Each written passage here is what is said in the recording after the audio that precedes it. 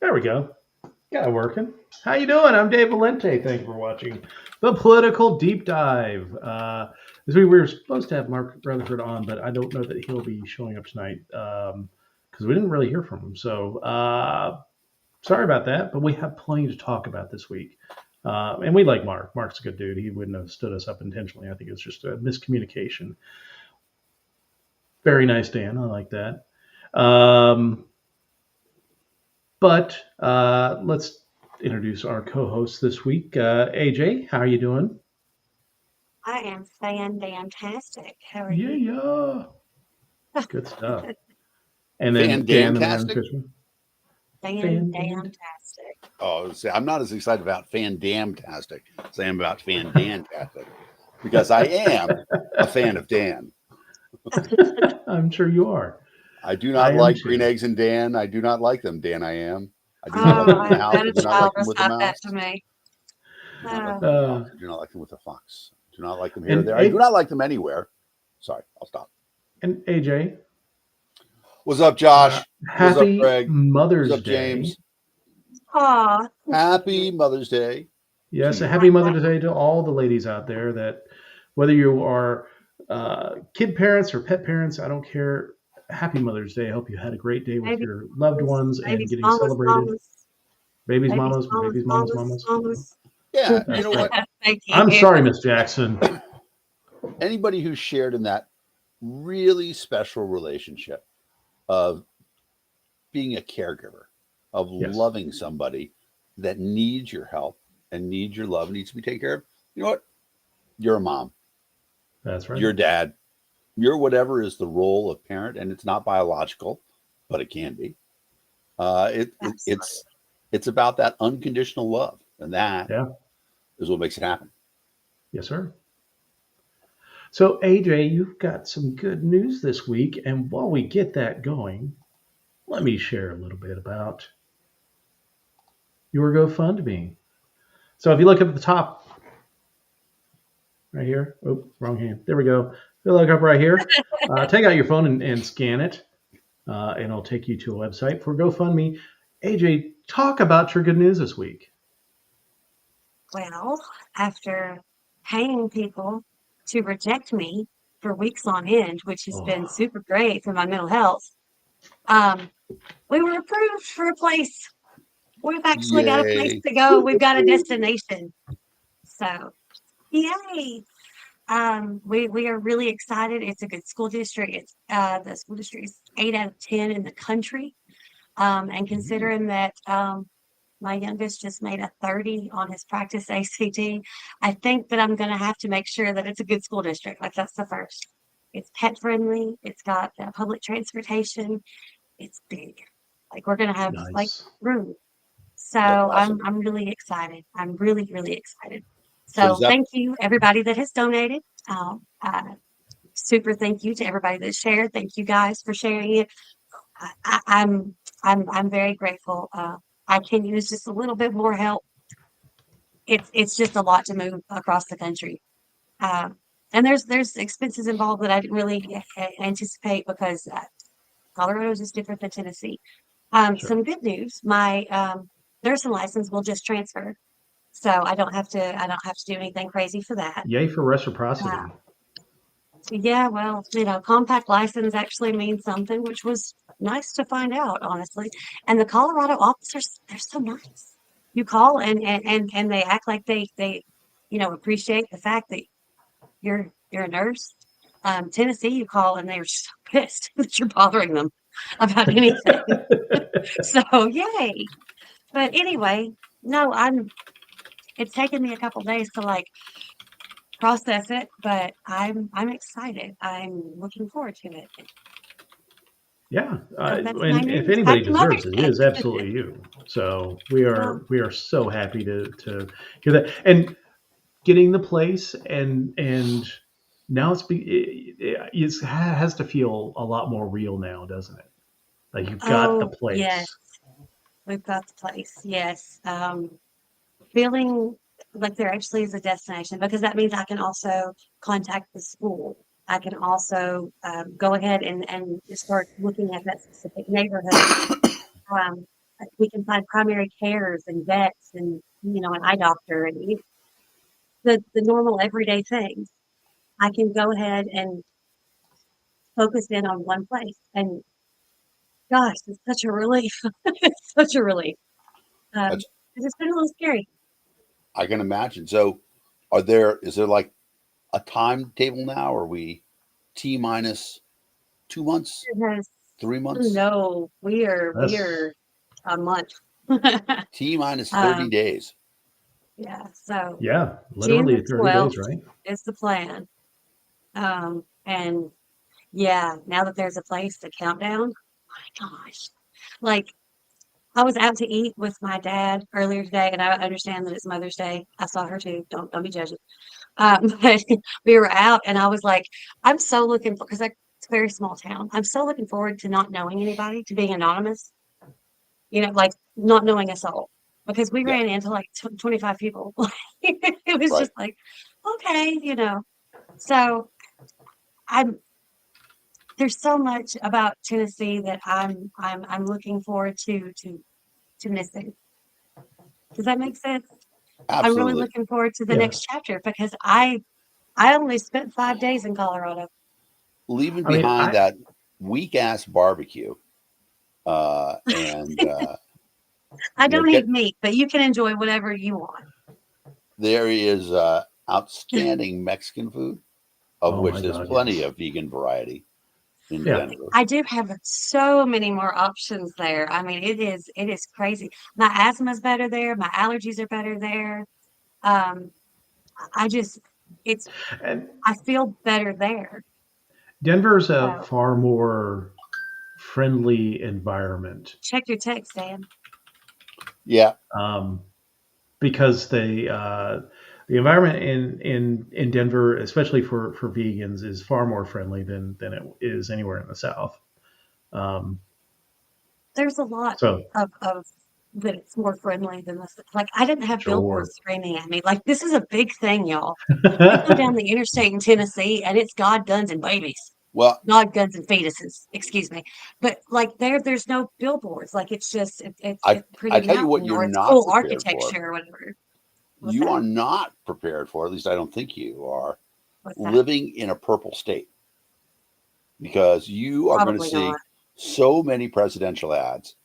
Oh yeah. I think there's a very good chance that at least one presidential candidate will visit you personally. Me Um, personally. Colorado's purple, man. Nobody knows which way it's going to go. It's going to be a I mean, tremendous amount of money there. Oh, that I makes think me so happy. Yeah, well, I think Colorado's going to. Well, Biden has It's just close. been such a weak candidate. That's the sad thing is Biden is just a weak candidate, Yeah. and he's allowing some of these states that he carried in 2020 to slide back. And I don't think Colorado follows to Trump. I It's think close.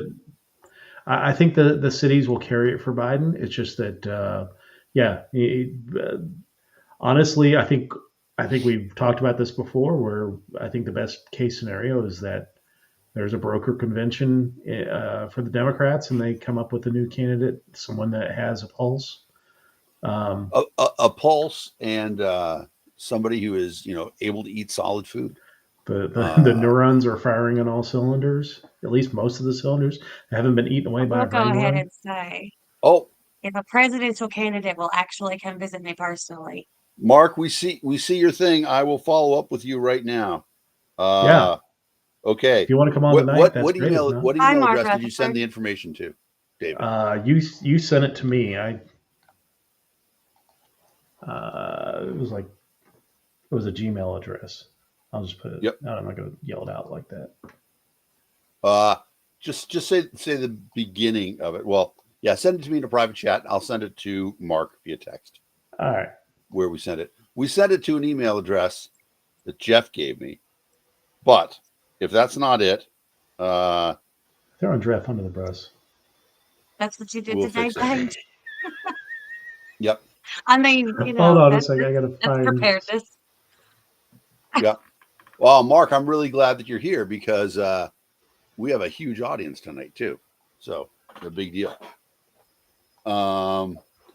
Jeff Paul must be Jeff Lyons. Yes. And Well, you you just know what? gave away his alias. What are you doing? So you know what's really funny about that, AJ, is that when my phone pinged, Mhm. Jeff Lyons is like in the group of 10 people on the planet that actually makes my my phone make noise. Okay. I wasn't sure what this was going to be, Dan. I was really honest. You hesitated. I was like, what does he do to you, Dan? There are, this is one of the things. No king shaming. Once you get into a position where libertarians think that they should have access to you, I remember libertarians having access to me. Not a fan. that address is at Gmail, right? Yes. See the hesitation, the timing on.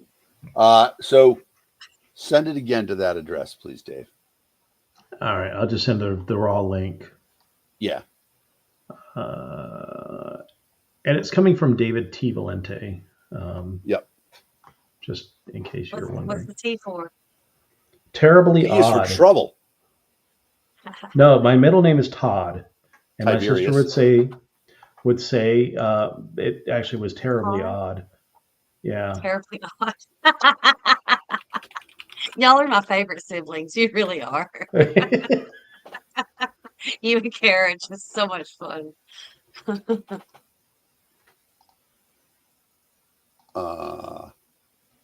And you know what?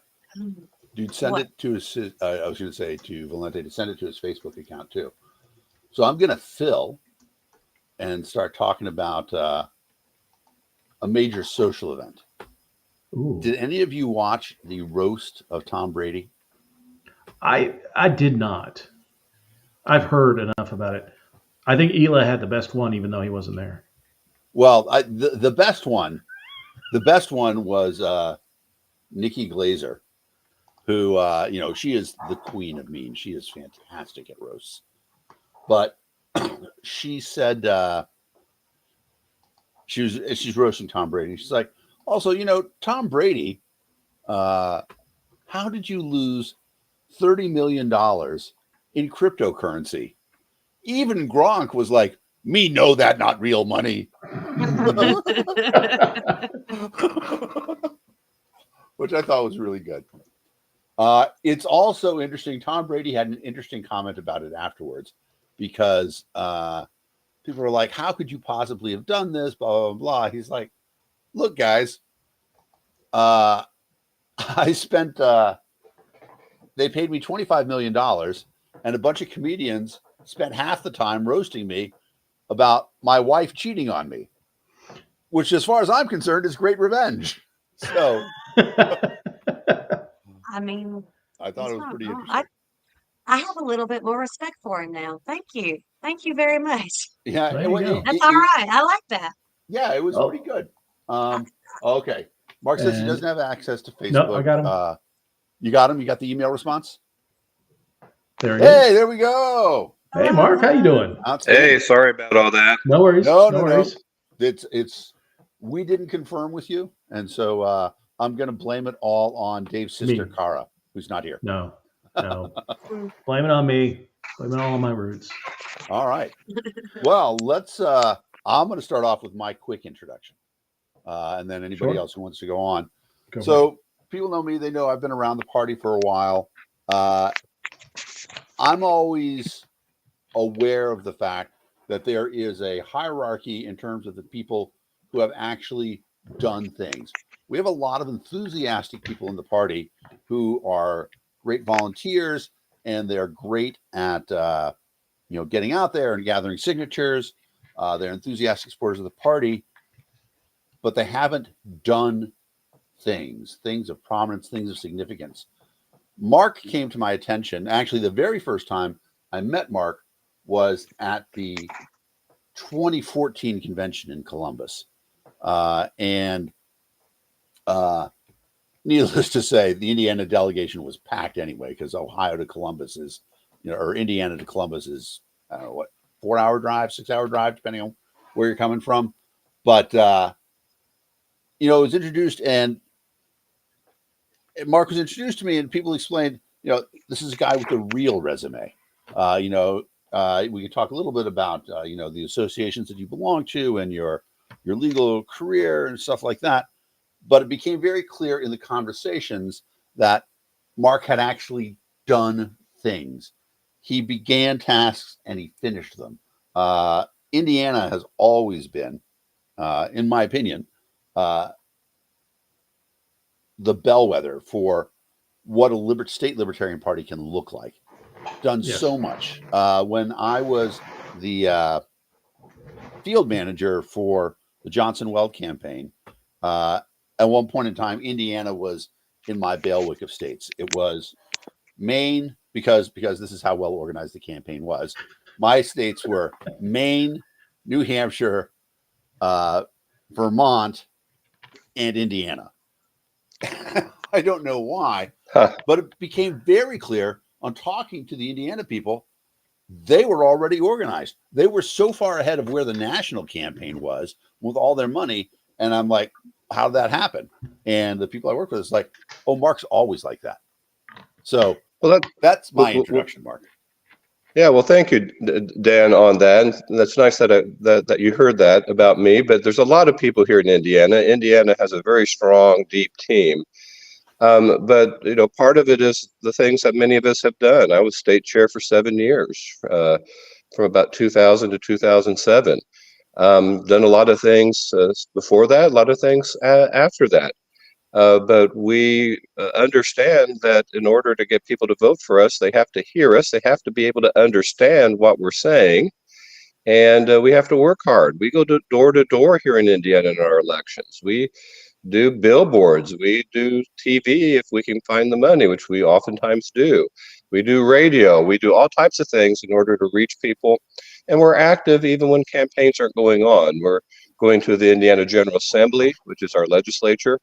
And when there are things that concern the Libertarian Party, that could be anything from ballot access all the way to some of their policies that we think we can have an influence on, we try to do that. So that's what you do. You reach the voters, you're organized, you raise money, you talk to people, and you get the word out. And everything we do is we're libertarians. There's many ways to do it, but one of the ways to do it, and as a lawyer and a litigator, I understand that I've only got so much time, and it's not very many time to get people's attention. And if I am rude, if I'm offensive, if I'm not clear, then I've lost them and I've got to work hard to try to reach them again. And I don't have days with them. I have minutes to get their attention and get their interest and get them to start understanding what libertarians are about and why we have the solutions and the other parties don't. So that's kind of the long and short of what's going on in Indiana. And it's, I mean, I have the background and the resume to run a national organization, to know how to do that, to lead from the 30,000-foot position. We don't do everything. We help the states do what they can to help their counties, their parishes, their township organizations to get organized and run good candidates. And the best way to get the message out is through the candidates or through people who are doing things like being at the General Assembly or the state legislature. And one thing that people, I don't know if they realize, because unless you're in Indiana, is that I am often on TV, I'm often on radio. I am I get questions from reporters. People know me in Indiana as part of the Libertarian Party of Indiana, and they reach out to me. So I know the media, I know how to do it, I know how to deal with it, and I do it with it all the time. So I've got that background. I'm right now, since 2007, I've been on the Indiana Public Defender Commission, and I've been chair of the Indiana Public Defender Commission since about 6 months, maybe after I joined it. I was elected chairman and have been since 2007. And I have to work with 6 Democrats and 6 Republicans. I'm nominated as a Libertarian by the governor of Indiana because they did not want to appoint a Democrat. Wow. I'm fine with that. It's a seat at the table. And I'm very proud to say that we are very effective because I work with the board to try to get commonality. I promote libertarian ideas, and oftentimes I don't call them that, but I promote what they are. And people do know that on the board, what I'm doing.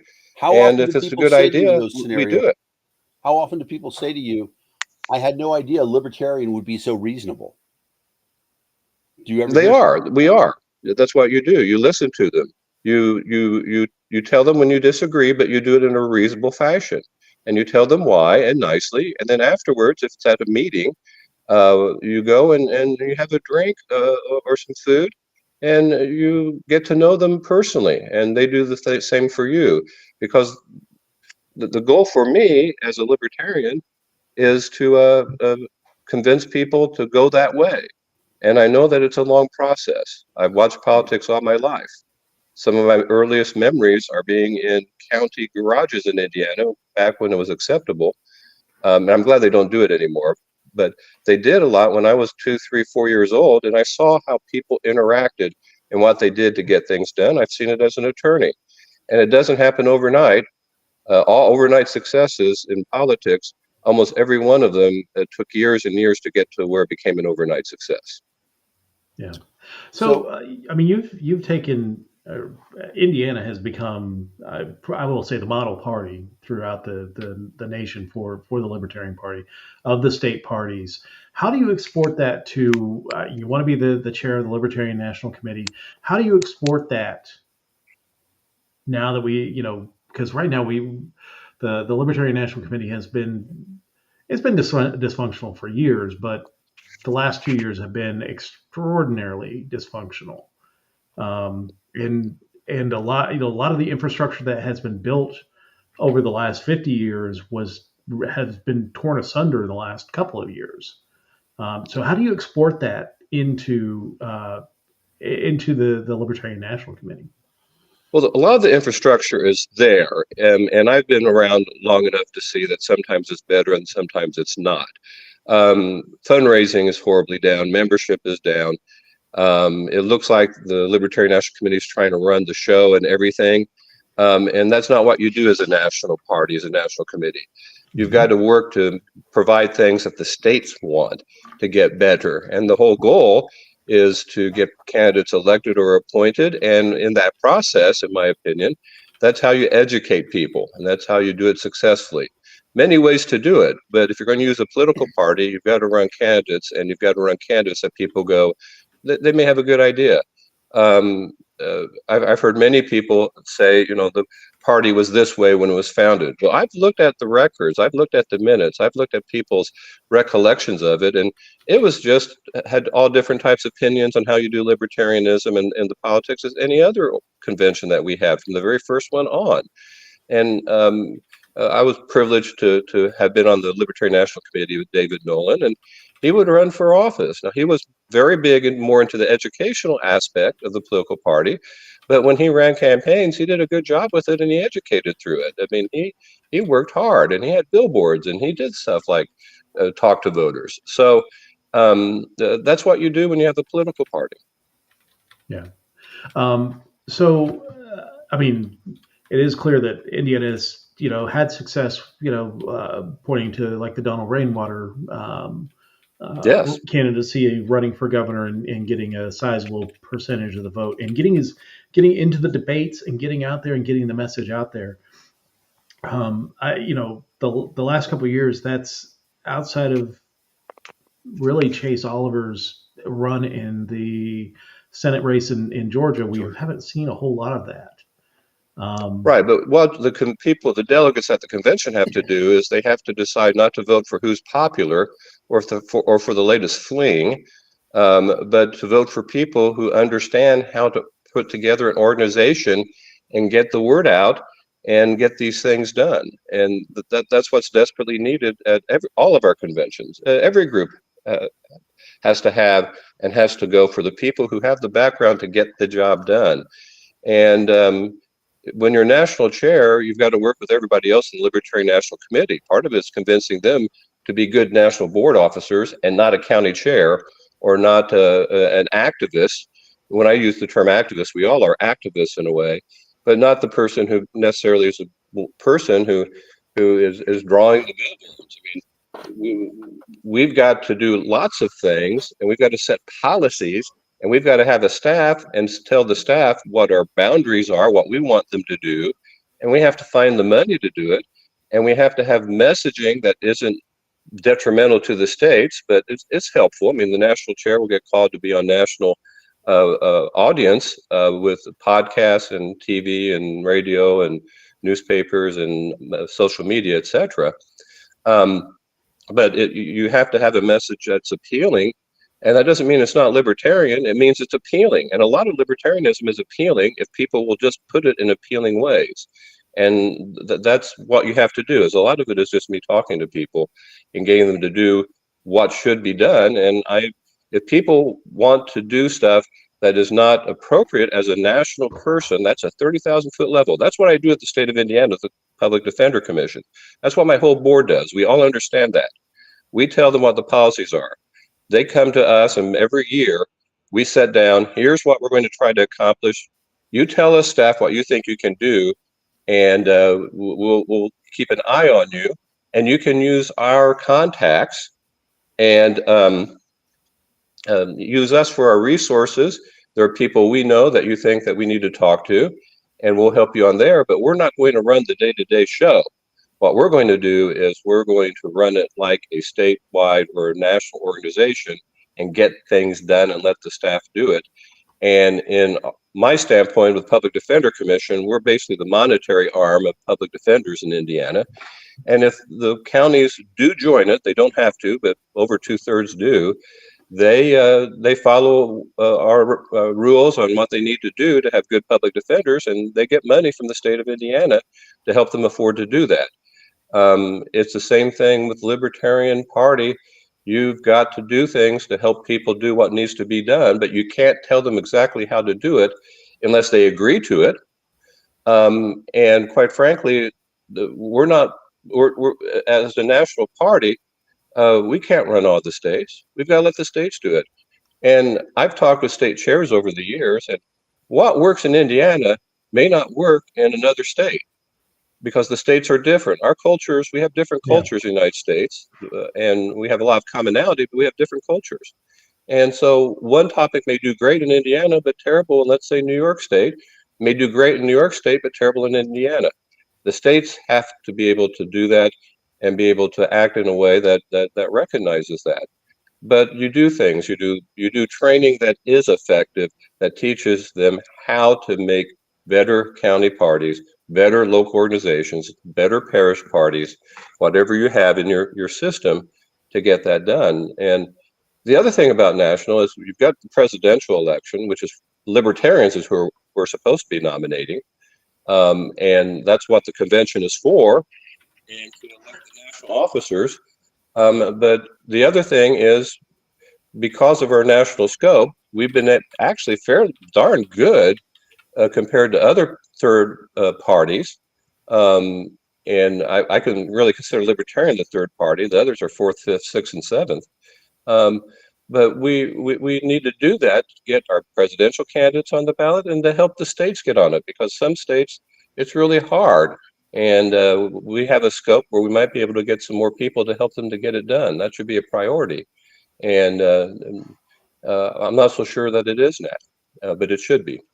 That has been the hard thing with this last 2 years, is that we've seen states lose their ballot access.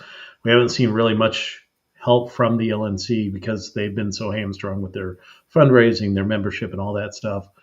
I'll go ahead and call it out. And I would say this current LNC had no desire ballot access. It wasn't that they weren't able to do it. They had no interest in doing it because they don't understand the components of professionalism.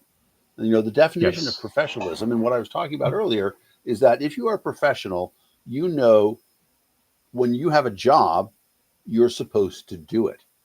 And, you look at Mark's resume. I'll give you a great example. Okay. I got this really nice glossy postcard from Mark in the mail. I've received nothing from any of the other chair candidates. The reason why I got it from Mark, not just to send it to me, not just because he's running for office, because he's professional and he understands this is how things are done. There are things that you have to do. And that's what I think the LNC needs right now, is that it needs somebody who's going to do the things that are supposed to be done, because we haven't had that happen for 2 years. It's amazing that we didn't lose more than, and let's be honest about it, the LNC has lost $1 million in donations over the last 2 years. This is a presidential year. They should be raking in the dough. Instead, they're selling out to this farce of a conference that we're going to. I would not go to the convention, except that it is so important for me to go, because I find the convention being incredibly distasteful, especially with Trump and Ramaswamy and Kennedy speaking there. Yeah. I would not go, except that I want to go to vote for Mark. So that's my piece on it. Dan, if you don't show up, you can't change it. Yep. And Mark, I didn't want to change it until you were running. That was the thing that made me think this might be the one person who can get the party back on track, because I thought it was a lost cause. I've said so. We have listeners who've been listening to me for 2 years saying that the party was done.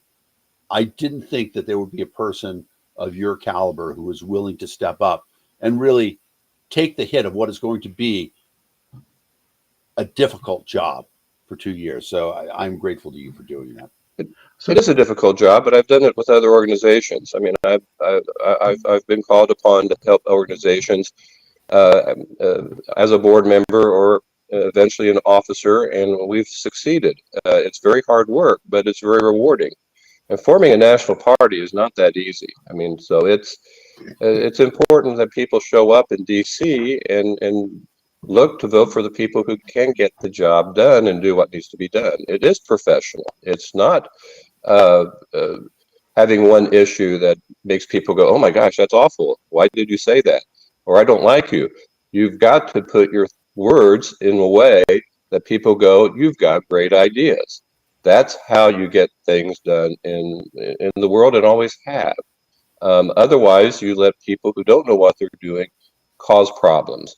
And even if they have a good heart, even if they have a good intentions, if they aren't ready yet for the position they're in, they can do incredible damage. Yeah. One of the things that that the national landscape, not just libertarians, but as in our national politics, that we're lacking right now is an option that tells us why we should vote for something. We are being led down all these garden paths with fear. right now, whether it's, Republicans talking about immigration or Democrats talking about Donald Trump.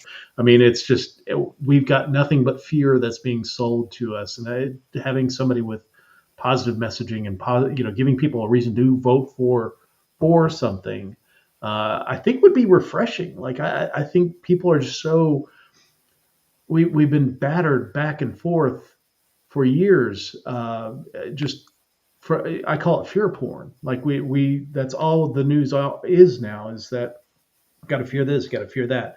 Immigrants are in your city. Donald Trump's coming. Donald Trump's under indictment. All that stuff, and it's so frustrating to say, I don't know who to vote for because there's no option right now. And I like the idea of having a political party that actually tells us there's a reason to vote for us. And if we can get off of this, what we're doing with this convention, which is selling out to the GOP and to Kennedy to some extent, it would be nice. It's been so frustrating the last couple of years. David, you're exactly right. And this is lots of people out there are not voting, or they're saying, I wish I had somebody there to vote for who tell me something that was good to do, what they will do and how they'll do it. I understand what's going wrong. Now, you do have to point out what's going wrong so people understand that. But you don't say that's the only thing happening, or the other side is evil, etc.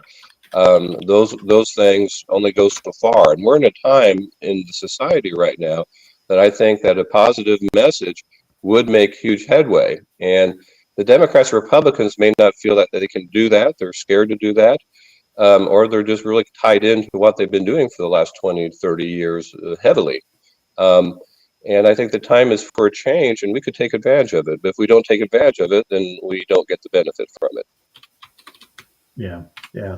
So let's say everything goes swimmingly in Washington, D.C., and you are now the national chair coming out of D.C. What are the first things you're really going to focus on doing? Well, whether you like it or not, the gasoline of the political party, or what you want to call it electricity now, is money. So there'll be a lot of phone calling and trying to get donors who aren't giving to give. And those who are still giving, if they can, if they haven't reached the top level, which I don't think many have, that for them to give more to help do that, because you have to have the staff. You can't have the chair be the executive director, not for the national political party. And so you've got to have somebody whose job is to be the top paid person who's running everything. If you want to have the chair be the executive director, then call them the executive director, describe their duties that way, and then pay them. But you just can't have the national chair doing that, or the people in the LNC, especially if we're going to keep it volunteer. You have to have an executive director in mind, Mark? I'm sorry. Do you have an executive director in mind? No, because that's the job of the Libertarian National Committee to do. I have people that I will try to convince to apply for it. And that is something that as a national chair I should do, and I should be able to help the LNC find the people. But the first thing the LNC's got to do is hire an executive director. What about the existing interim executive director? Would you anticipate keeping her on for a period, even if she loses the chair's race, or are you going to move on from her? You can't have that. I don't know. I mean, if she wants to apply, she's more than free to do that. But I'm not so sure that if I'm running against her as national chair, that right there should tell you that I don't think she should be an executive director either. Sure. On that. It's nothing personal. It's just that what works and what is working, and right now nothing's working to the way that it should. The fundraising going down and membership down and people leaving. And if you want to have a shell of just a few, maybe a few thousand people who aren't listened to and no ballot access, well, you can go that way. But that's not the way I want to go. I want to get things done. I have since I've been involved in the Libertarian Party. I first started getting really active by giving money and support to candidates in the early 90s. Joined in 96. I'm now a life member. I forget when I did that. It's been so long ago, but sometime after that. And been active in my state party, my county party. I still go to county party meetings because that's important. Not as many as I'd like, but if I have free, I do so. And I still help local candidates. Don Rainwater, who did so well in 2020, And part of what we did is Rainwater was very, very, and I was very involved with helping him on that campaign, along with other people. We were very out front saying that what was being done about COVID was wrong and improper. And it was everybody's choice to do what they think should be best, but not be forced to do stuff or to stay in or not go to church, et cetera, et cetera. And now he's been renominated for 2024, and it's wonderful. He won 1/3 of the counties in Indiana. We ran for governor. We were in second place, not third. We were in second place. We beat basically in all the counties the Democrats. And so it can be done if you work hard to do it. And we're getting closer to do it. The nice thing is that when you do that, we no longer have to complain about Rainwater being in shows as much as we used to be and getting it. He gets stuff all the time saying, "Please be with the Republican and Democrat in our program in 30 days." He's getting invited to these things because he proved what he was. He had a message. It was a positive message from the standpoint he proved what was wrong. But the positive was it was for individuals to do what they thought was best, whether that would be to wear a mask or not wear a mask. But it shouldn't be forced upon people. And I mean, that can get you all types of arguments, even with some libertarians. But, it was a positive message in that people should be able to rule themselves and do what's best for themselves. And that's a very libertarian message. But you do have to consider other people, but you can. One of the things he would talk about is that, there's situations where a business wants you to wear a mask, you don't want them to wear a mask, well, don't do business with them. That sends a message, and the people doing that can decide whether that was a good message they sent or not. But it's a better society if you let people make their own decisions. And the nice thing about Indiana, and we've elected at least 30 people to elected office over the last, since about 1998. We've there's some we don't know about, but appointed to office as libertarians, we're up to 38 now. And that may not sound like a lot, but it is a lot. That's 68 elected and appointed positions that we know of in Indiana, and there's probably some smaller little towns, etc. It's easier to track who's elected than it is to track who's appointed in Indiana. So there may be 2 or 3 other people who were appointed in Indiana we don't know about. But it's good because we get things done. So many times I talk to people who have been appointed or elected to office in Indiana, and they go to a meeting and they say, "But the law says this." And everybody goes, "Oh, we didn't know that. Well, thanks for letting us know. We need to change things." I mean, that's what happens when libertarians get elected. We make society better and government run better. And in most libertarians' book, government is way too big. And if nothing else, we start making government a little smaller, a little bit more efficient, and life better for the voters and their families. Absolutely. Let's see. Well, tell us. I mean, we've heard a little bit about what your background is. You're a lawyer. You're on the Public Defenders Commission in Indiana. But how did you join the Libertarian Party? Well, how did I do that? Well, I knew about it when it was founded. Although I was about 11, 12 years old, my dad was a political columnist and a copy editor for the Indianapolis News. And for years, he 2, 3, 4 times a week, he wrote a short article about what's going on in politics. And he focused on things that weren't being focused generally by the media. And so he did. He noticed that this Libertarian Party was being formed nationally, and he reported on it. I remember talking with him about that. And he kept talking about it. In 1980, when I was in college, several of my fraternity brothers volunteered to give out handouts in the community we were in, and we're helping the Clark campaign for Libertarian Party. So I saw that and was intrigued by it. I mean, my decision, I had to decide whether I'd vote for Libertarian or not. I regret to say I didn't in 1980.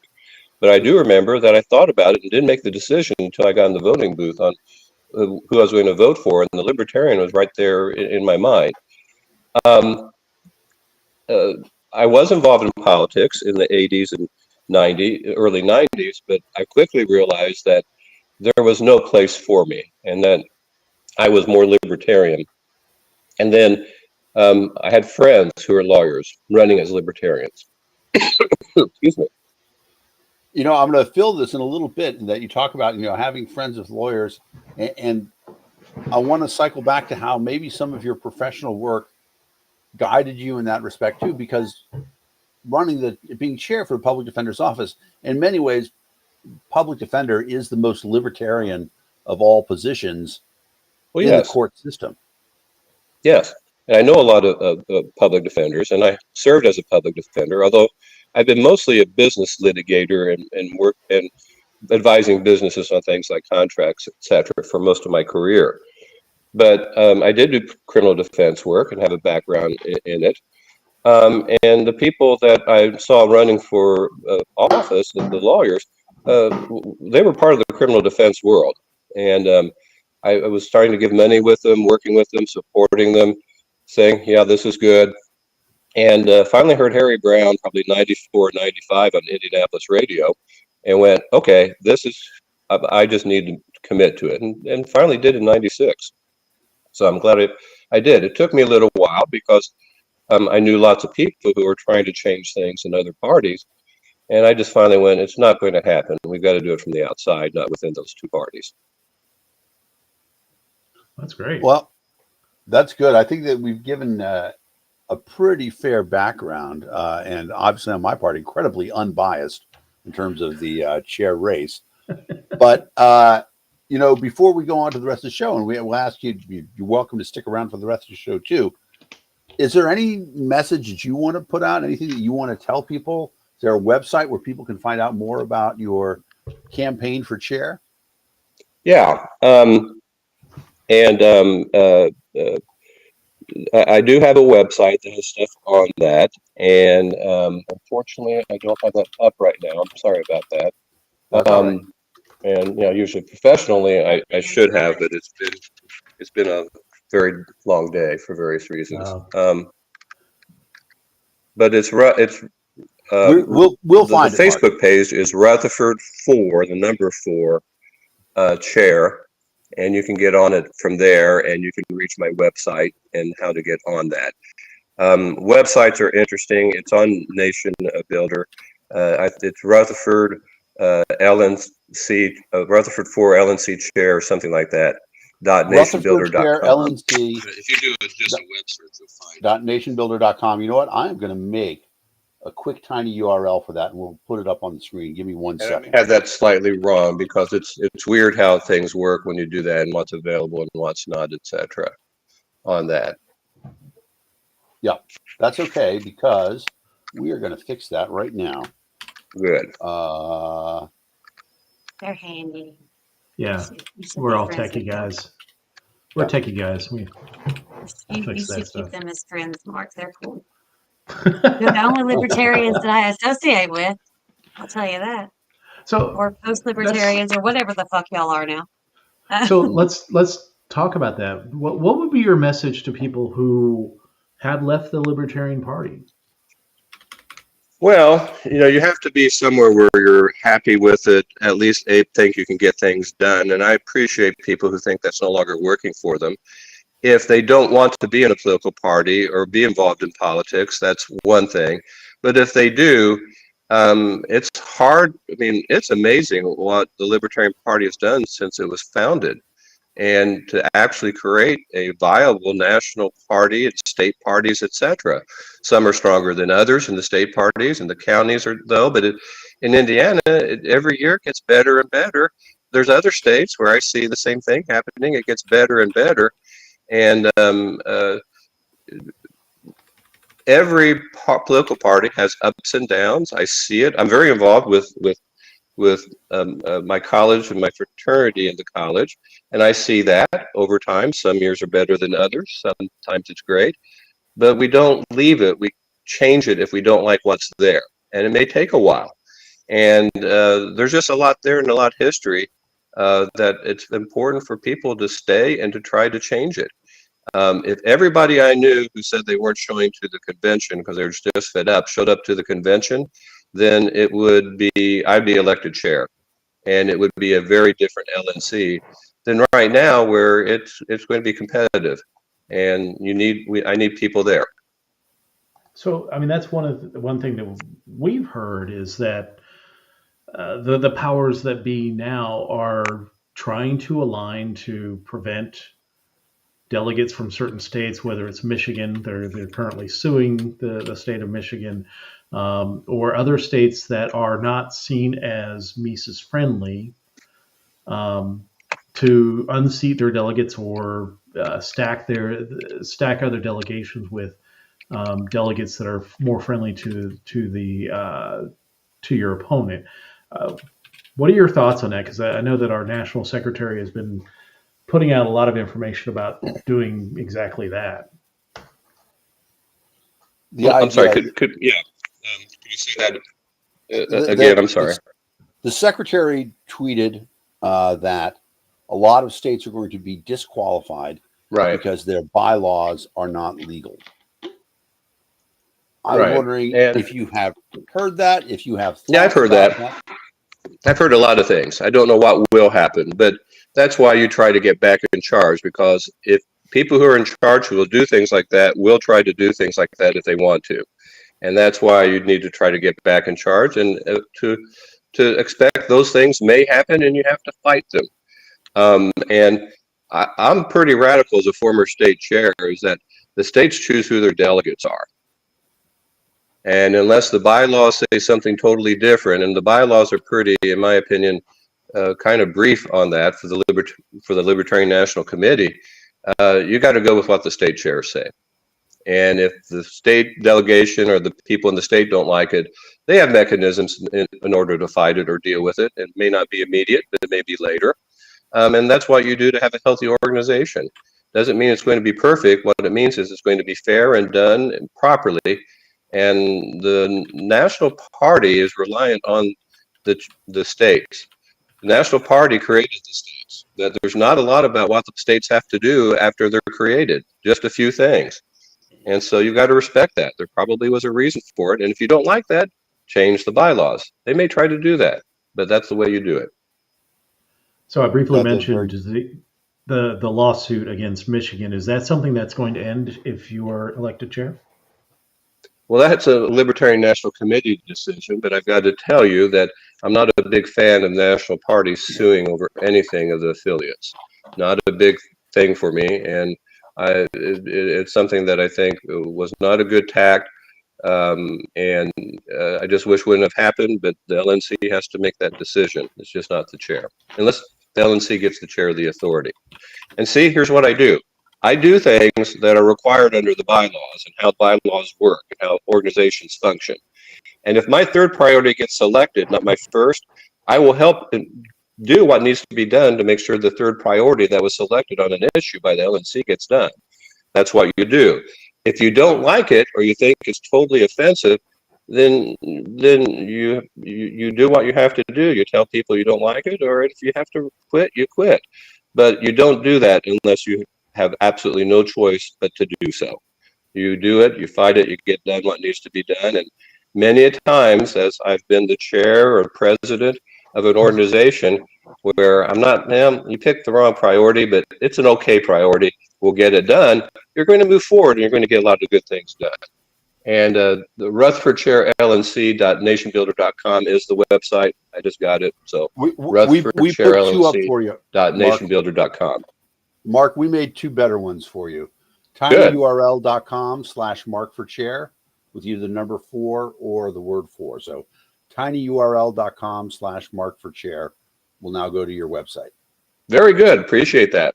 Yep. Yeah. Easy to do. So, you raise an interesting point because you say it's the prerogative of the LNC, but it is interesting because we have always been a strong chair model. Yes. And so the chair puts a lot of things forward, but we are fundamentally still a Roberts organization, which means that anybody can appeal the ruling of the chair. That's right. In order to sustain your decisions, you need 50% of the members of the LNC to work with you. That's right. Now, I can assume that whoever is the regional representative from your district will be Is it Evan currently? No, it's Nana for the 3rd district, which is Gotcha. Indiana's in. Gotcha. I'm assuming that those people, they know you well enough. What do you feel like your support's going to be like in the other regions? I mean, Well, it you've been depends around on the party state for a and the long time. regions. Some Yeah. are more supportive than others. But I've got support all over the place. And my support isn't just people who, that might be called the old guard. I've got new people, old people, people all different types of groups or caucuses who are looking for somebody who will help get things done and will respect people's ability to speak at meetings, to approach with new ideas, and if a decision is made, that it will be implemented and not taken away. And if it's been budgeted for, it will be funded, and the budget not just held there, or because of lack of fundraising, it doesn't get done. There's a lot of people out there that want to see a functional political party. And we're going to have the arguments. We're going to have, you can call them fights if you want to. We're going to have discussions on what's the top priorities. But that's way different than having a very unpleasant atmosphere and people feeling that they can't speak up. If they do speak up, they're going to be punished. I know we're a political party. People talk about doing that. But let's face it, we're number 3. And that means that it's hard for us to get people elected. We've got to work together to get people elected. And we're not going to do that if we don't work together. I think that's a great closing statement. Yeah.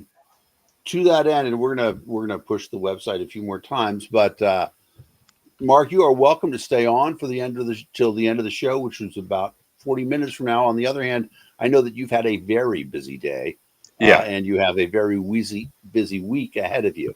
Right. So if you want to sign off, we'll finish off the show, or if you want to stay, you're welcome to. Whatever you would like. Yeah. I will be signing off, but I really thank you for the opportunity to be a part of it, and really appreciate it. Thank you. Yeah, I appreciate you coming on, and I wholeheartedly, I'm not a delegate. I'm not in a very friendly state, but I wholeheartedly endorse your candidacy, and I hope that you win and can turn this around, because it is absolutely devastating what's gone on in the last couple of years, and I think that you're going to be the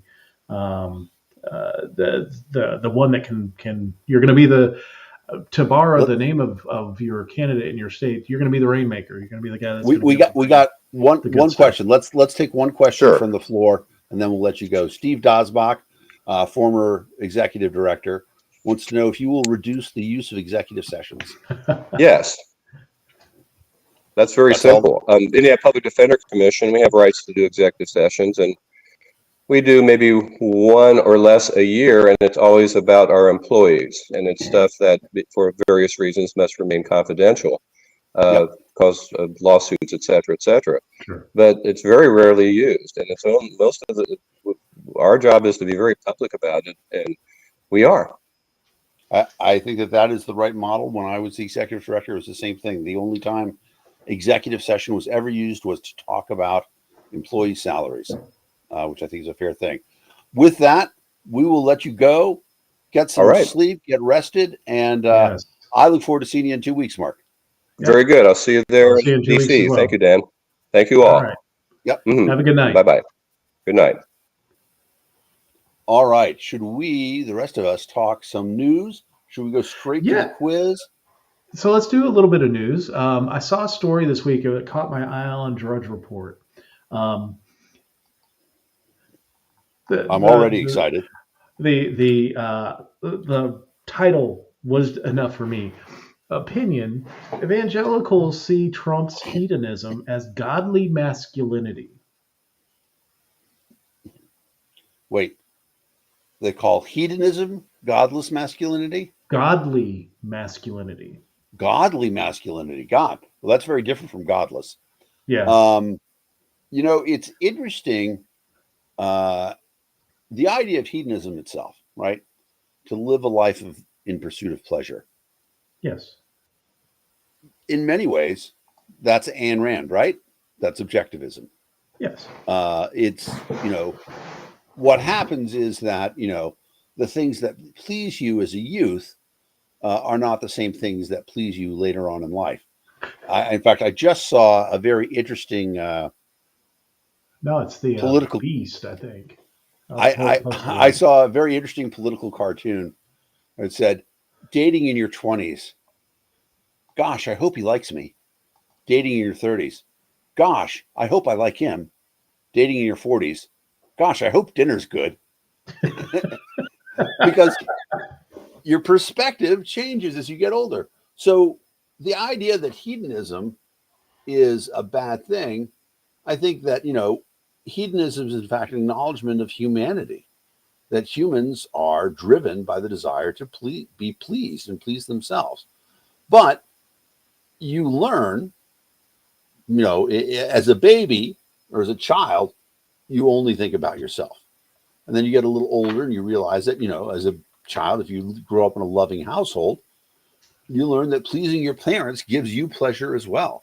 You learn to be nice to other people and take care of them. And in your 20s, you're still somewhat narcissistic, but you become aware of the fact that other people have feelings and, you want to please them, and that gives you pleasure. And if, you mature into a sentient adult, you find that the thing that makes life best is to be surrounded by friends who you can make happy because they want to do the same thing for you. So, but I think when never they say developed hedonism, beyond the baby thing. Like, he's still wearing diapers, so I mean that. But like, he's still just for himself. yeah. Well, he has not developed beyond that, and that's the thing with the evangelicals. You are like, for years, people have been waiting for that shoe to drop. How far does he have to push the envelope to lose the support of the evangelicals? And I don't think that there is a limit now. No, well, because I will say that to a certain extent, I appreciate the evangelicals being honest about this. They do want the Handmaid's Tale. That's what they want. They want women to return to their role as breeders and not partners, right? Judeo-Christian, and I'll call out all the old school monotheistic religions where they go so far as to say God made man in His image, and it just goes downhill from there. There's a fascinating story in the original. It's in the Kabbalah. The original story of the Garden of Eden is that God made Adam and Lilith. And people are familiar with the Lilith fair. That's where this name comes from. Lilith was an independent, sentient creature. And when Adam's like, oh, my feet hurt, will you rub them? She's like, no. He's like, I'm really hungry. Will you go cook me something? She's like, no, cook something yourself. And finally, Adam said, God, I can't take this creature who, goes off and does her own thing. You have to help me out. And so God... Send me a bear. God sent Lilith away, and then God made Adam from Eve's rib. The idea that she is made subservient to him. You said that backwards, but I like his better. God made Eve from... What did I say? You said Adam. God made Adam from Eve's rib. Thank you. God made Eve from Adam's rib to make her subservient. And that is the fundamental basis of... And she said... gender... Well, but yeah, and that, right. And then Eve gets blamed for all the bullshit, which she really wasn't responsible for. I mean, if that's not the typical fucking story, I don't know what is. Well, and one of the really interesting things about it, any slight bit of research, and you will find out, it does not say that Eve ate an apple in the Garden of Eden. It is 100% not an apple. It is some other sort of fruit. But that's the story that goes on about it. Evangelicals want to get back to that part, right? Where it's the men as the lead character in all the stories. And for them, that's where they want to be. It's interesting. I learned, we've talked about this before, but would you characterize any of Donald Trump's wives as quote unquote trad wives? Even Melania, to an extent, is fairly independent. Yeah, I mean, she was a model. Well, you're gonna get me into trouble into this one, because I'm gonna make an argument that what's Virginia level? Nice. Melania was in the trad model business. which Sure, I guess. yeah, which is not about power, but about service. Yeah. As opposed to uh, Sheryl Sandberg. Yeah. Your name wrong. What I mean, lean in, something like that. People do what they want. I'm not poo-pooing modeling as a career. If that's your jam, that's your jam. Mine I didn't take can't off. think, with the exception of Brooke Shields, who now is really talking about the abuse she suffered in the field and all the terrible things that happened to her and stuff like that. I can't think of, maybe Janice Dickinson too. I can't think of many models who I think of as, that's the career where, you expose the patriarchy. In general, you think about the work that models do, it's because that's where society is, but it's in a very male dominated space. So I wouldn't call them, well, I don't know. I wouldn't call Melania her like, yeah. she's not in that trad wife mold of being on the No. farm working, making butter. She's not certainly food. not Susie Home. Certainly not Susie Homemaker. No, not at Yeah. all. But yeah, it's a. But Trump is nothing like any of the things they want because in addition to all that other stuff, Trump is a playboy in the worst sense of the word. He claimed to have paid for thousands of abortions. All these things that the evangelicals should hate, but actually what they like is the fact that he can do all these things and not be held accountable for them, because that's the world that they want. Yeah, because then That's he's going to absolutely the allow world them to that they do that want. stuff. Yeah, Yep. he's gonna usher in that world in exchange Exactly. for their loyalty, in exchange for allowing basically giving Trump a pass on becoming. I saw another Twitter thread today about Barron Trump. So Barron Trump is now 18 years old. Yep. He's going to be a delegate to the Republican National Committee. So he's stepping out into politics for the first time. He's very tall. Very tall. Yeah. Pretty decent looking dude. People are talking about setting him up with princesses like Habsburgs and like right. That's kind of a frightening concept that you want to marry the youngest son of people right now that, especially within the Trumpverse, want to have Trump as this kind of godlike dictator. Yeah, like he's God going to Emperor. take care of it, and he's going to give them the godly life that they want. And I don't know. I mean, like I I think that just Melania said that he had other obligations or something. I think so he resigned being. Yeah. But I mean, most of Trump's family is somewhere within the Distant. Republican round. His daughter-in-law is one of the RNC chairs, funneling vast sums of money to the Trump campaign for his legal fees, which is always good when you're trying to run a campaign or run a national campaign and take over houses of Congress, when you just deny all of those candidates any support. That's good tactic. But fire the kid before you get stuck with him before too. Yeah, well, I mean, it was a delegate position. It wasn't like he was an official member of the RNC. But I get really worried when I see people are like, yeah, let's make this kid a prince and have some kind of weird. Exactly. Let's share that. That's all I've got. Up here, right here, Blue Dog Design. If you want that T-shirt, it's there. Scan the QR code, check it out. But yeah, we're turning the family into. I mean, people want to pimp this kid off to royalty. which kind of tells me the direction they want this country to go in. And I used to laugh. Remember the old website Liberty Hangout?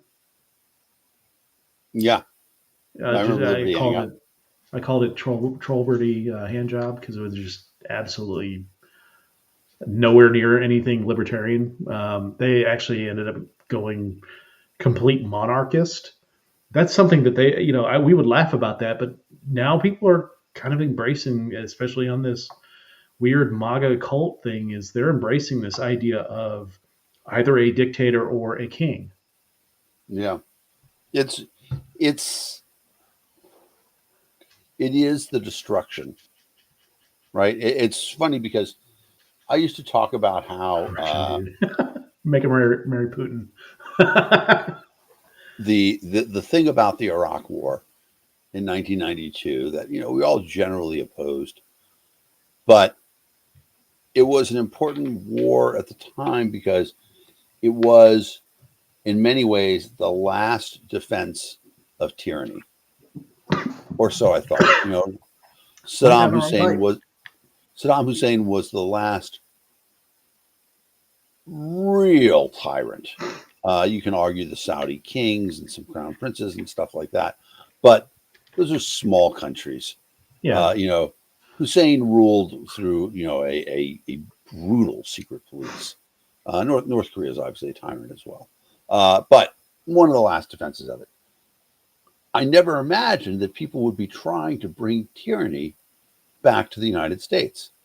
Well, because you think about it, that's 30 years ago. Like there's been a generation and a half of people brought in probably were even more than that, probably 2 generations of people that weren't really paying attention to the Gulf War are, at least 30 years, almost 30 years of that is now voting. Right. And they don't, it's like the people that are kind of running into the idea of communism. They don't remember the 1980s. They don't remember the Cold War. That they see, they may see like old films and stuff, but they're like, well, they fall into that trap of real communism has never been tried. Right.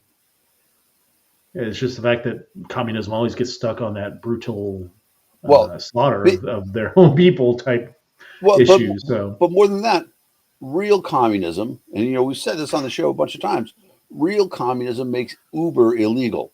Real communism makes your local weed dealer a criminal.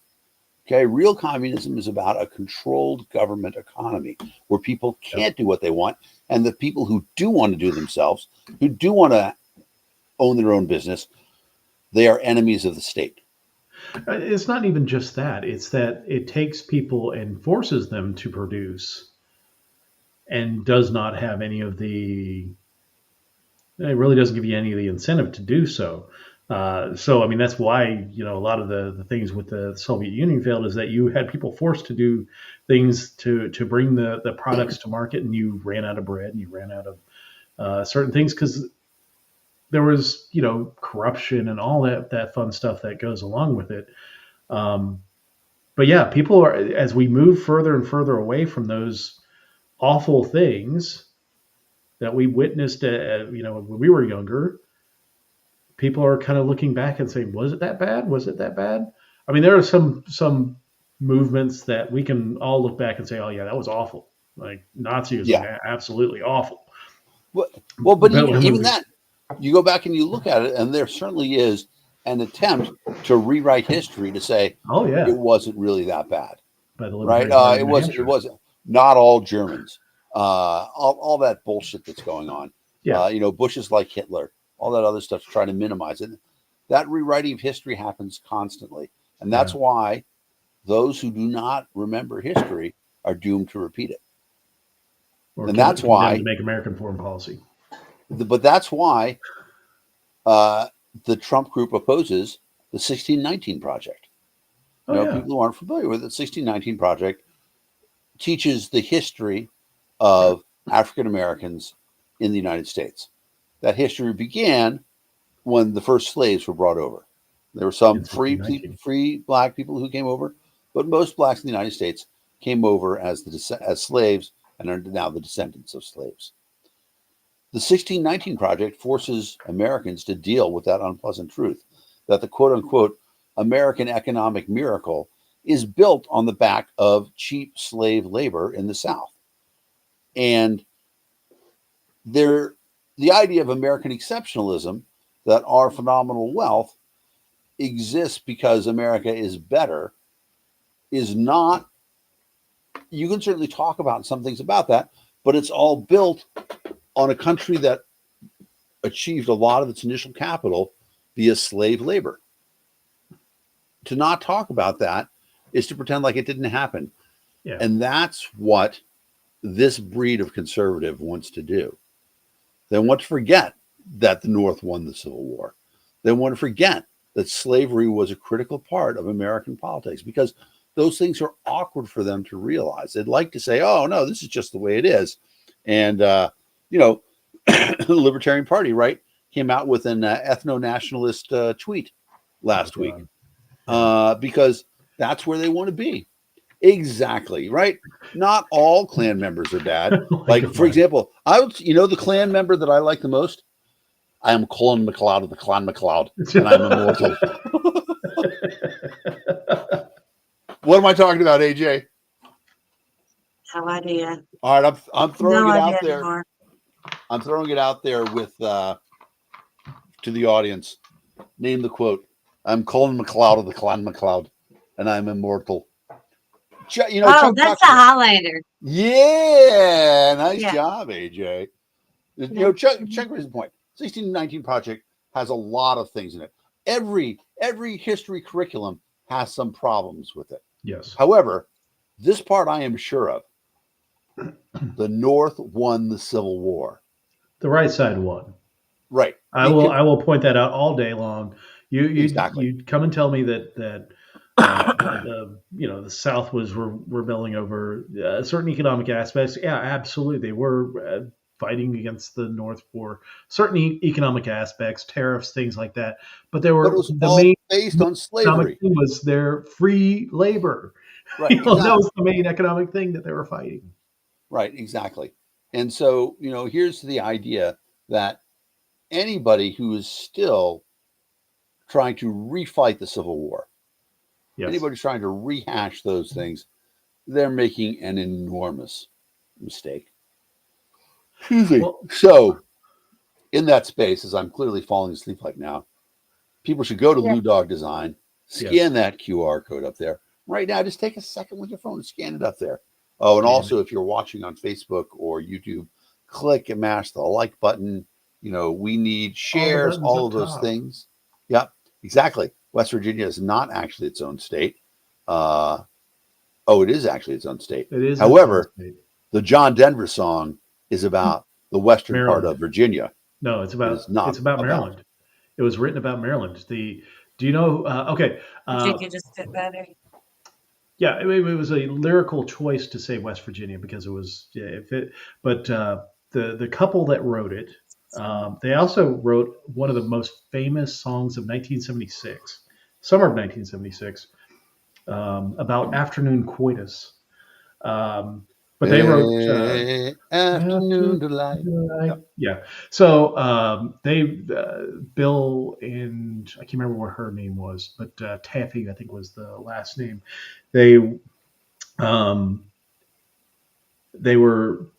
wrote the song after driving between, I think it was like Germantown and somewhere else in Western Maryland, like the western part of Maryland, not complete Western Maryland, but that's where they wrote the song. That's how they were inspired. So it was actually about Maryland. At least the inspiration came from Maryland, but it is West Virginia. It says West Virginia in the song. Good to know. Let's do the quiz. Let's do the quiz. Y'all ready? Let's see what happens. Skyrockets in flight, afternoon delight. I love that scene in Good Will Hunting where Will is pretending to be hypnotized by the psychologist, and then he starts singing. Gonna find my baby, gonna hold her tight. Well, I was just thinking of the Anchorman version. I thought the Anchorman version was better. The Anchorman version was very good as well. Right, the harmonies. I forgot about that. Yeah, they really nailed on the harmonies on that one. There we go. Well, harmonies are one of those things that if you do it over time. Charming me with harmony. I saw the Met Gala. The Hunger Games. Well, Yeah, I mean, enough, it is.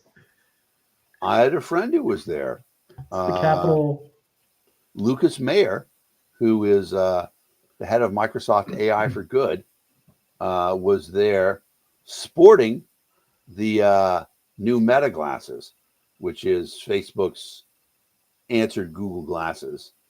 I thought, are they still doing Google glasses? Like I thought So they gave up Google on stepped that. away from Google Glass. Meta has a thing coming out. Remember, Meta bought Oculus, and Yeah. so they have it's in very limited distribution. So you can watch porn wherever you're at.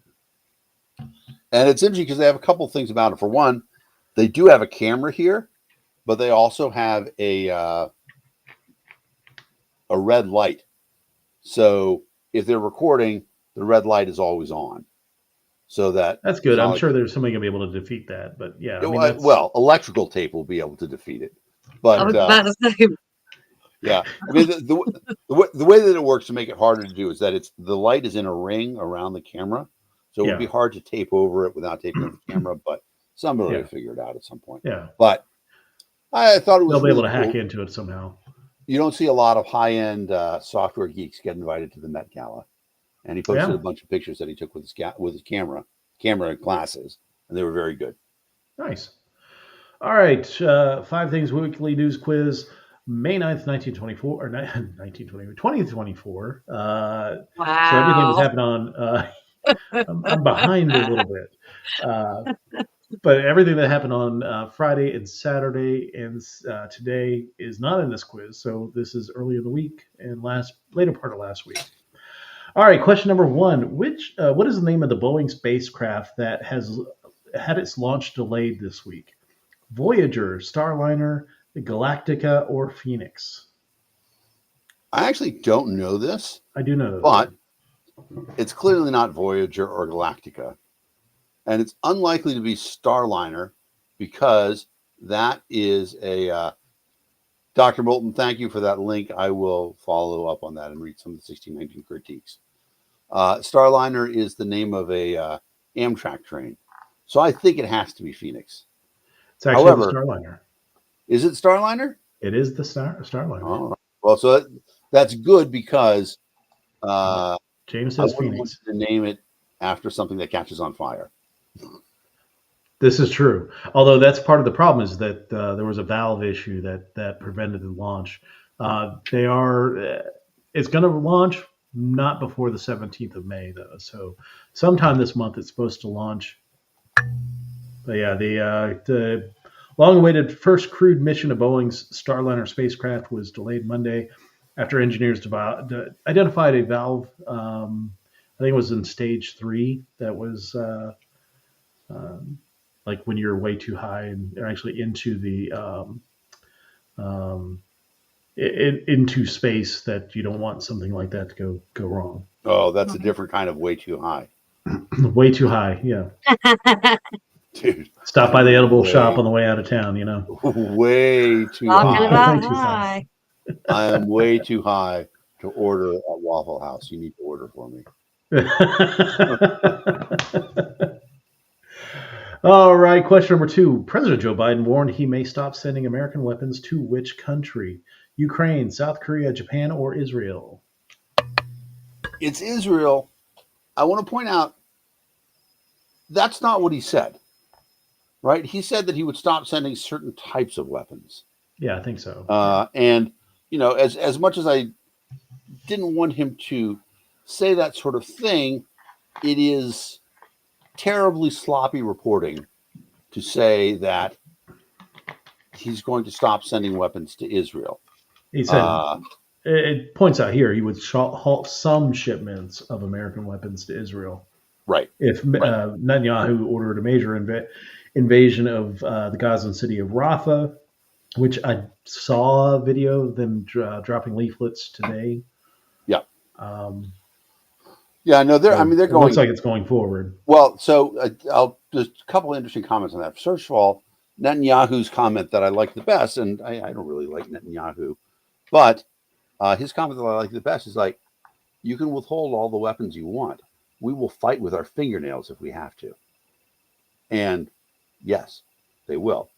The other thing that I'll say in that space is that Biden said if Hamas released all the hostages, we would have a ceasefire within 12 hours.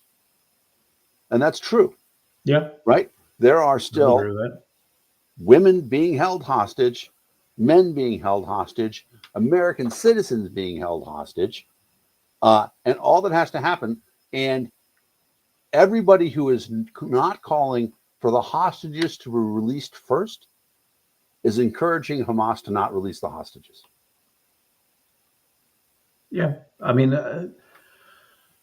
I just know how this negotiation is going to go, that they're not going to release it because they're not comfortable with the, and I hate to use that term comfortable, but they're not comfortable with the idea of not having that protection anymore. Well, it's not that. It's that they think that they can't lose. They think that a public opinion will eventually force Israel to stop, and they'll be able to declare that as a victory. And that's where it is. Yeah. I think America won't. Israel won't be able to go to the mattresses. Question from the audience. Chris Baker says, what do we think of Javier Milei? He talks a good game. I'm not sure that he's going to deliver. I mean, he's delivering some of this stuff, but I think it's going to be kind of like a mix of quasi-libertarianism versus Trumpism. Nobody in a democracy, right, in a country with a legislature, can come in as president and make everything work awesome. Now, sure, in my presidential campaign in 2028, I'm just getting that out loud. But I'm running on a very simple thing, which is I'm going to veto every piece of legislation that comes across my desk as president. Okay. The only exception might be repeal of a law, sunsetting a law, something like that. There, I might sign off on it. But I'm going to veto every legislation. I'm going to make Republicans and Democrats learn to get together. The interesting thing about Milei is that, full disclosure, he's a friend of a friend. He's friends with Martha Bueno. Libertarian Party of Florida kicked him out of their convention when he was scheduled as a speaker. Really? What happened was Martha had brought him in as a speaker, and then they kicked her out. So when they kicked her out, he was kicked out as well. So he doesn't have any nice feelings about the Libertarian Party of Florida. And I'm assuming, as a result, probably not any nice feelings about the Libertarian Party of the United States. Yeah, but exactly. That's okay. I'm interested to see what he's going to be able to do. Libertarians, and he is certainly more libertarian than a lot of other public leaders. He is in favor of a smaller government, and he has dramatically reduced the budget of Argentina. So let's see what happens. I certainly wish him the best of luck.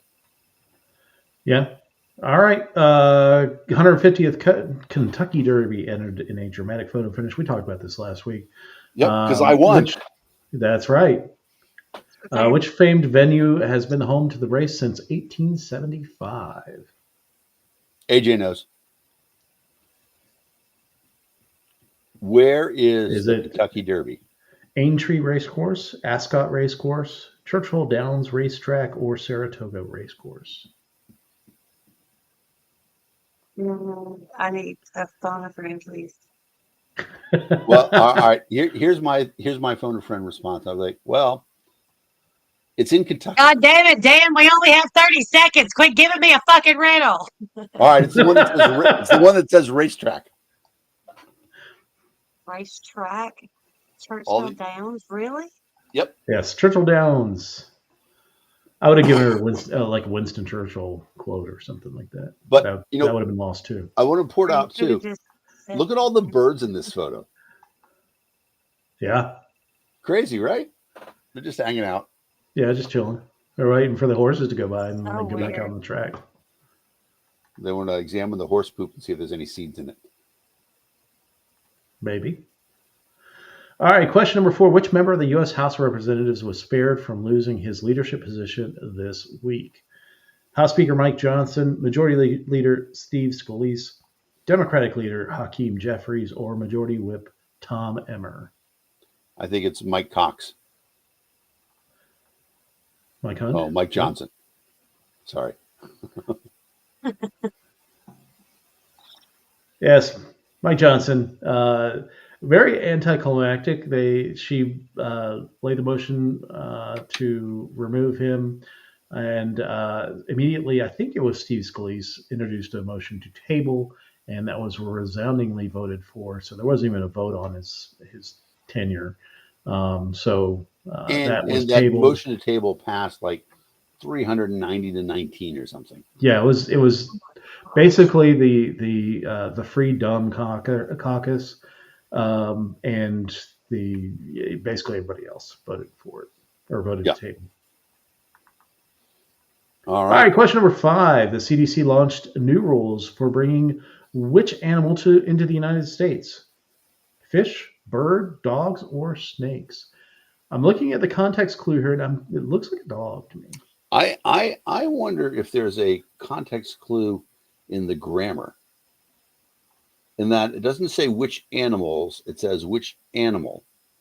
And in the results below, there are 3 plurals and one singular plural. Oh, we got James saying snakes. James, there's no snakes on this motherfucking plane. That's right. Right along. Well, okay. Kevin says Snoop Doggy Dog. Is it D-O-double-G. snakes? I can't see it. Does it actually have an S Scroll at down, the end of it? Dave. Oh, yeah, hold on a second. Because fish is technically plural as well. You don't say fishes. Right. You say fishies. Goldfish cracker. Yeah. So they're all plural. You use them to make, right. But fish is a singular plural. So they say which animal, you would say fish. I don't think you would say which animal and say birds. Dan, did you get any new rules this week for entering the country? Since you are the fisherman. I did not. And it's interesting because I am leaving the country soon. But speaking of which, are you going to be bringing back a dog? I will not be bringing back a dog, but I will not be on the show next Sunday. So figure out who you want to replace me as a guest host. You should get somebody good. But my guess is fish, but I have no idea. It looks like a dog, though. Lots of people say snakes. All right. You want to do snakes or fish or dogs? Or the audience wants snakes, unless people say other things. All right, let's do snakes. Come on, audience. Where's Janice? Dogs. Look at that. It was Look at that. That's a dog right there. It is a dog. Good guess, Dave. Always use the context clues. Yes. All right, question number 6. Which organization announced that it plans to change its name more than 100 years after it was established, to the consternation of a lot of the people that it should piss off? American Red Cross, NAACP, Boy Scouts of America, or the Salvation Army? I know this one. I know this one too. Yay. Does the audience know? The audience knows. It's the Boy Scouts of America. Which I didn't hear about until I heard somebody complaining, which is how I find out anything anymore. Which, I just want to say. They hadn't even been paying attention because they've been had girls in Boy Scouts for the last, 3 or 4 years at least. And people who want to be creeped out, look up the memorial statue, the Boy Scout Memorial in Washington, D.C., because it is the most inappropriate memorial ever. It is a Boy Scout and a naked man. I'm not even kidding. It's crazy. That statue needs to go. That is creepy. What the? It's super creepy. All right, question number 7. Which type of medical device was recently impacted by a widespread technical issue? Ventilators, insulin pumps, hearing aids, or power wheelchairs? Can you repeat the question? Which type of medical device AJ was got my joke. recently? Wow, damn.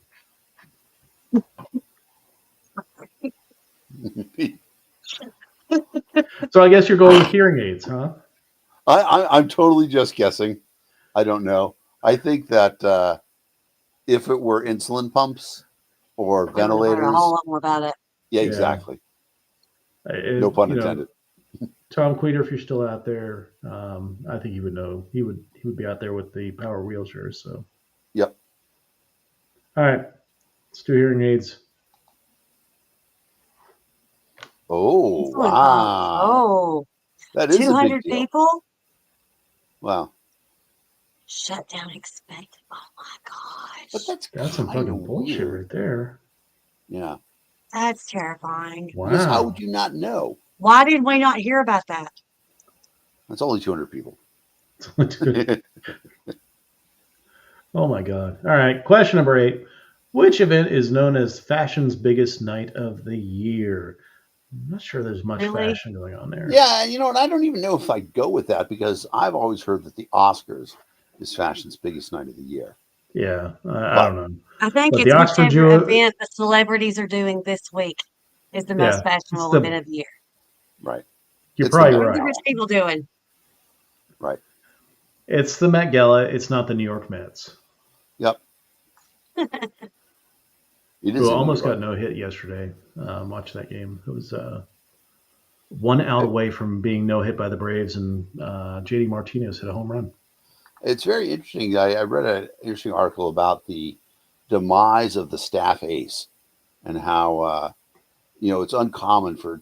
I mean, I guess there just aren't that many pitchers like that anymore. Well, everything's on a pitch count now. Like Right. you can't. Like Max Fried he threw a no hitter through 7 innings, and they pulled him.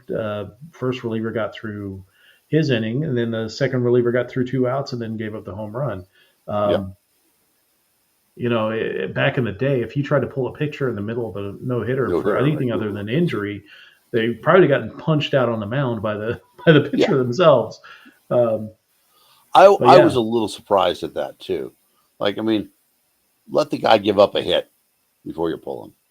Yeah, but Anyway. pitchers are so managed now. It's like they don't do anything other than you get to 75 to 100 pitches. Later in the season, they get a little bit more, but they're pulled, and it's gotten to the point where they're talking about changing the rules about, because you know that as a pitcher you have to pitch a minimum number of innings. As a starting pitcher, you have to pitch a minimum number of innings to get a victory.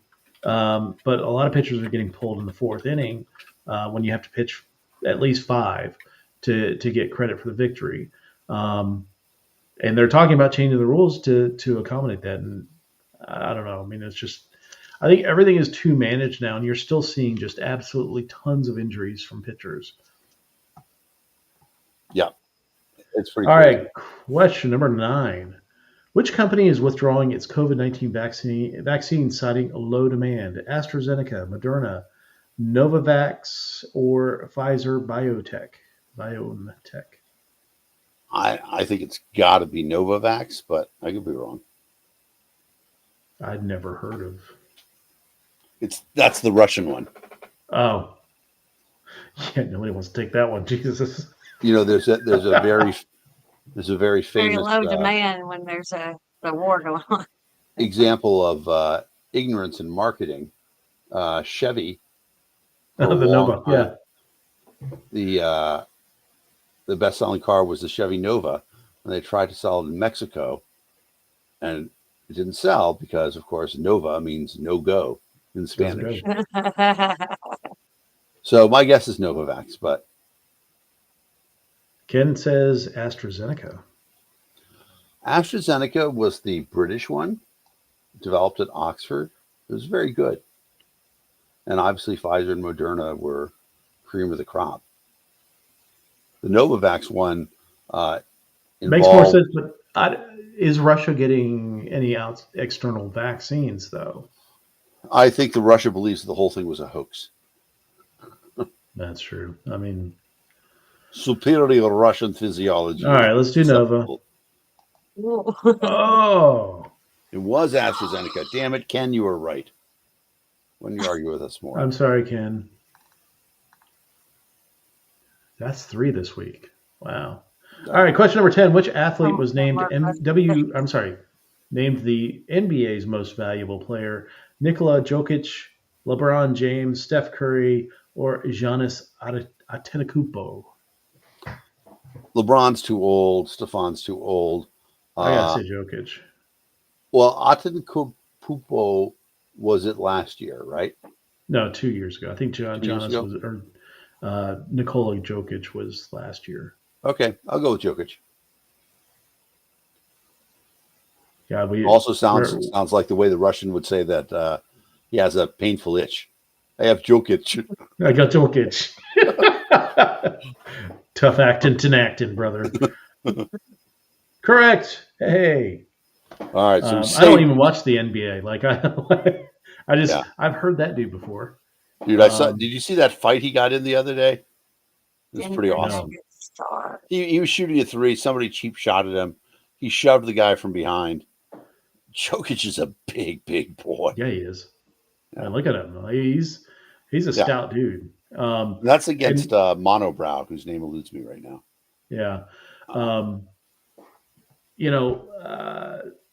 What are your thoughts about the Bruins series going 7 out of 10 this week? Phew. I don't know. I mean, the Bruins have played horribly in every position except for goal. Oh, yeah. To lose 2 games at home is pathetic.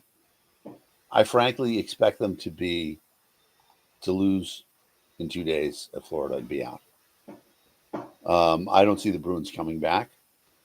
I really think that the Florida Panthers are. I mean, I will say that they are my favorite team to win at this point. I think they're the most complete team at this point. Yeah, Edmonton's probably close second. I mean, the Rangers are pretty good. I think the Rangers can beat anybody. But yeah, Florida's playing really well. It's they're a thick team. They're built. Right. That's the thing, is that most of the teams that can outskill the Bruins can outbully. Not so with Florida. So what is your thought about the shot on Brad Marchand? Was it a cheap shot? Yeah. Yeah. Did Marchand have it coming? Yes, for the last 20 years of his career. I think that's exactly why he did that. God, which one hit him? Sam Bennett hit him, and Sam Bennett's kind of a bastard too, but definitely does not have the karma built up that Mr. Marchand had. I mean, look, is it a Ty Domi hit? Is it Donald Brashear? No, it's not. It's not even close to any of those things. So you got a little elbow. And did Marchand ham it up a little bit? Yeah, I think he did. I think he hammed it up and fell into the boards and hurt himself there. And then he threw another hit later in the game that probably contributed to him missing tonight. But yeah, I don't know. I've not seen a team as physical as in a long time as Florida. Yep, they are. You might want to put some money on them for the cup. I don't know. I mean, well, they won't. If I don't think when the Bruins lose, if they lose out, they don't continue the Stanley Cup. Then do they? I thought they just played it. Yes. So somebody won the Stanley Cup last year? Yes. Oh, I was not aware of that. I should keep watching. You should. I mean, I keep watching. My Sabres haven't been in the playoffs in 13 years, so. Right.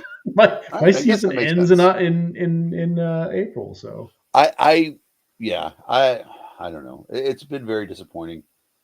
We'll see what happens. I think I think I am going to root for the Rangers in the next round if the Bruins lose. I hate the Rangers. They haven't won since quite a while. Yeah, Messina, right? Messier, yeah, Messier, the guarantee beating the Devils, yeah.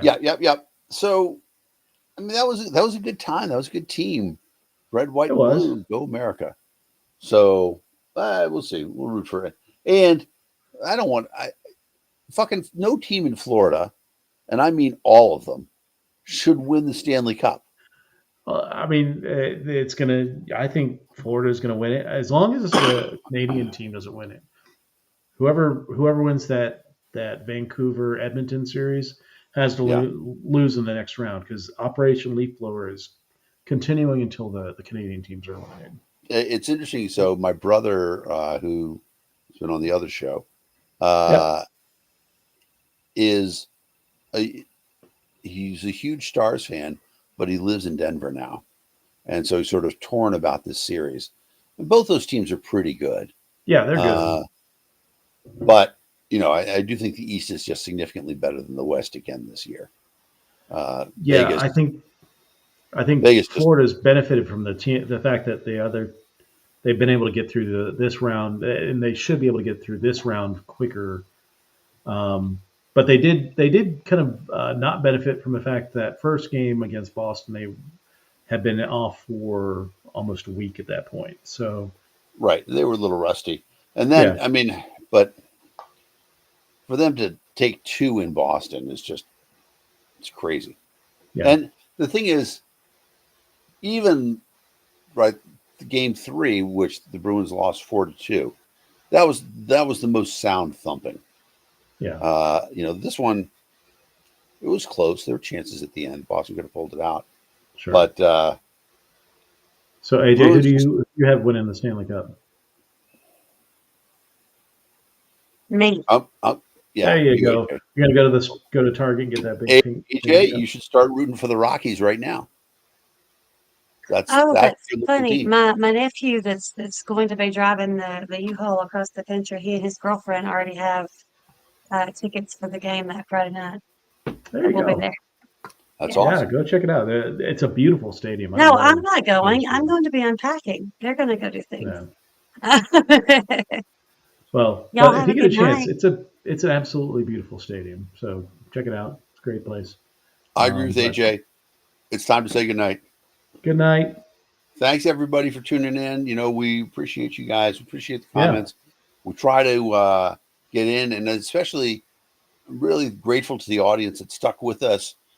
A lot of people don't care about what's happening in the LNC chairs race, and you guys stuck through that interview with us. So we're very grateful. Click that like, smash, and surprise.